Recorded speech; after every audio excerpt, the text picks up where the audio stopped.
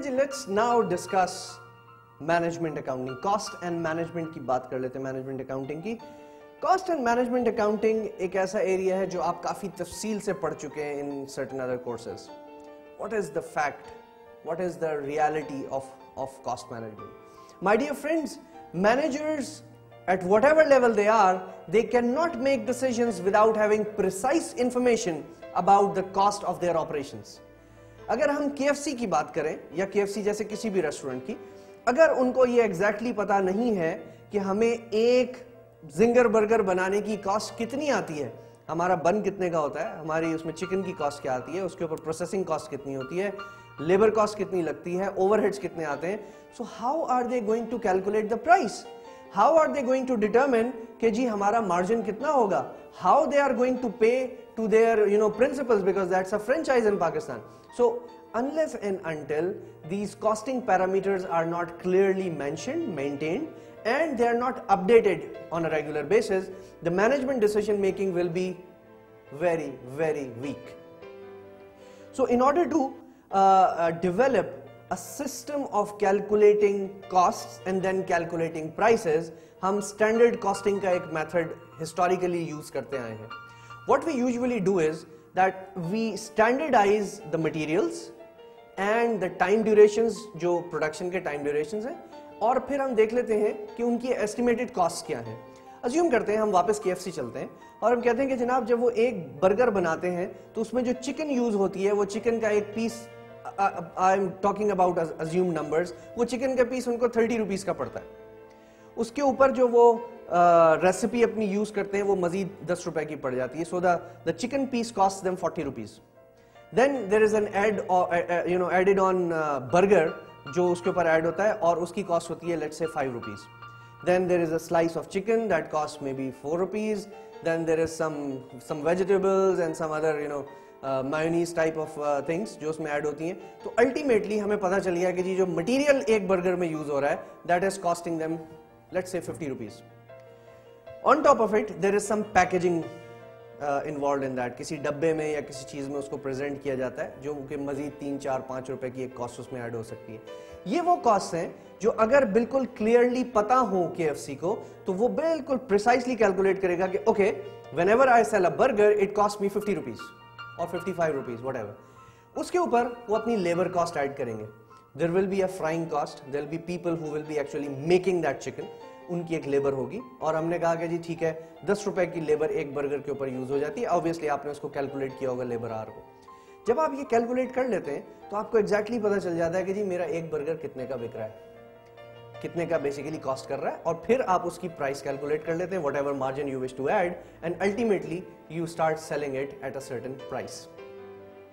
My dear friends, अगर ये calculation हमारे पास मौजूद ना हो और हमें सिर्फ ये पता हो कि there is a burger that we are making which we have to sell, तो फिर हम उसकी प्राइस क्या डिटरमिन करेंगे?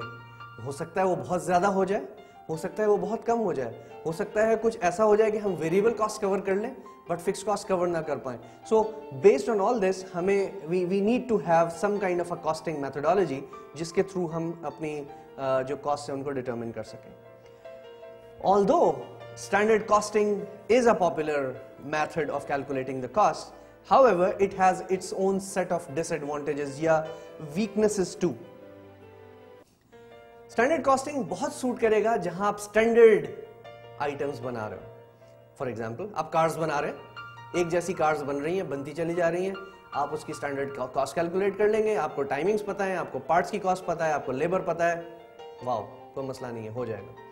What about furniture making, where every order is a different order, where every design has a different timeline attached to it, where every different model has a different quantity of material that is to be utilized with it? क्या आप वहां पे standard costing use कर सकते हैं? कर सकते हैं, लेकिन फिर उसकी accuracy बड़ी doubtful होगी. So therefore, जहां standard items आप बना रहे हैं, पंखे बना रहे हैं, एक जैसे पंखे बहुत सारे बन रहे हैं, वहां पे आपके लिए स्टैंडर्ड कॉस्टिंग ज्यादा एप्लीकेबल है, ज्यादा यूजफुल है. Otherwise it is actually a problem.